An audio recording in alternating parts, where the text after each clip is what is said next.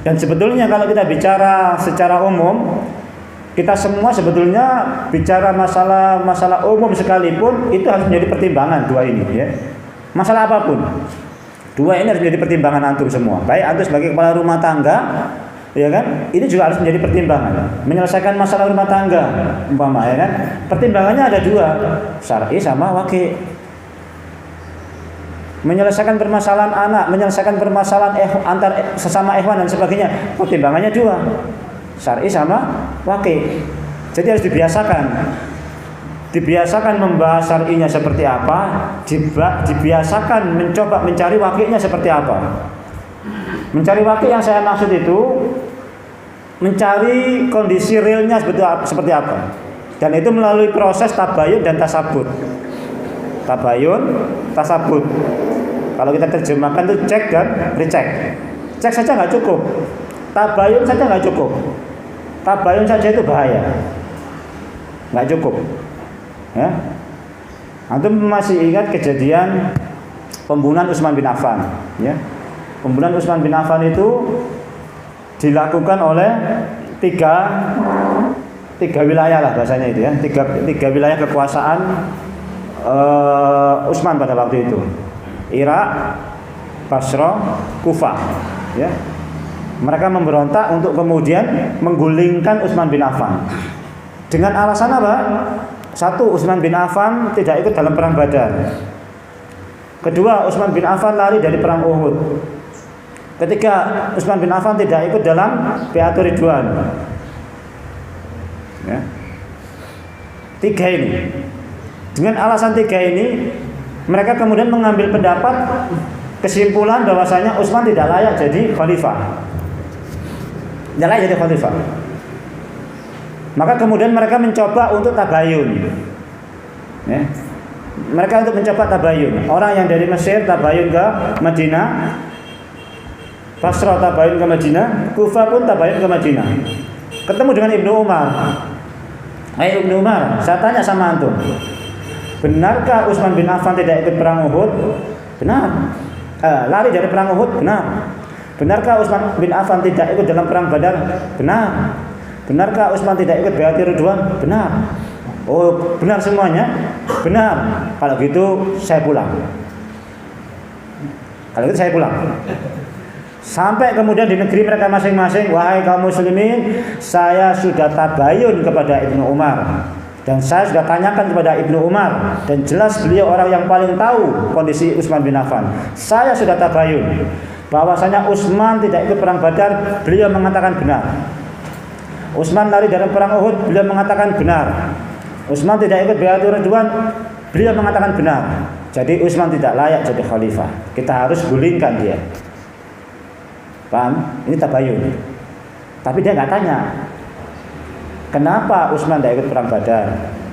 Dia nggak tanya, kenapa Utsman lari dari perang Uhud? Dia nggak tanya, kenapa Utsman tidak ikut Bai'atul Ridwan? Nggak tanya.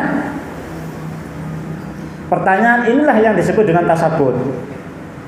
Paham?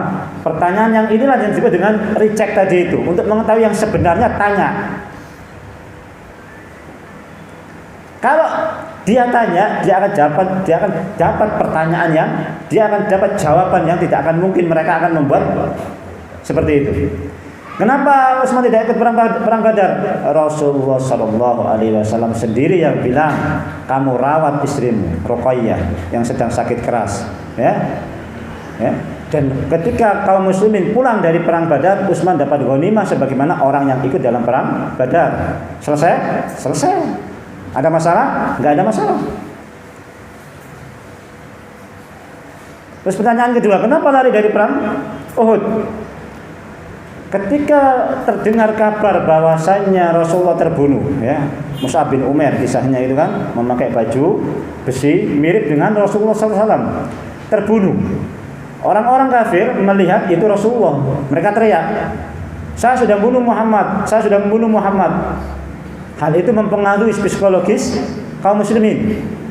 Oh, Nabi sudah meninggal, Nabi juga pakai baju perang, nggak ada yang bisa lihat dengan mata kepala langsung. Mana Nabi Muhammad yang sudah mereka katakan terbunuh. Ketika mendengar kabar Nabi terbunuh dalam peperangan itu, terpecahlah kaum muslimin. satu lari balik lagi ke Madinah, satu kelompok lagi kemudian ke gunung-gunung meletakkan senjata, lemes, tidak berbuat apa-apa, ya. Untuk apa lagi kita berjihad, toh Nabi sudah meninggal, ya kan? Yang lain lagi terus berjuang sampai mati. 3 ini. Ya.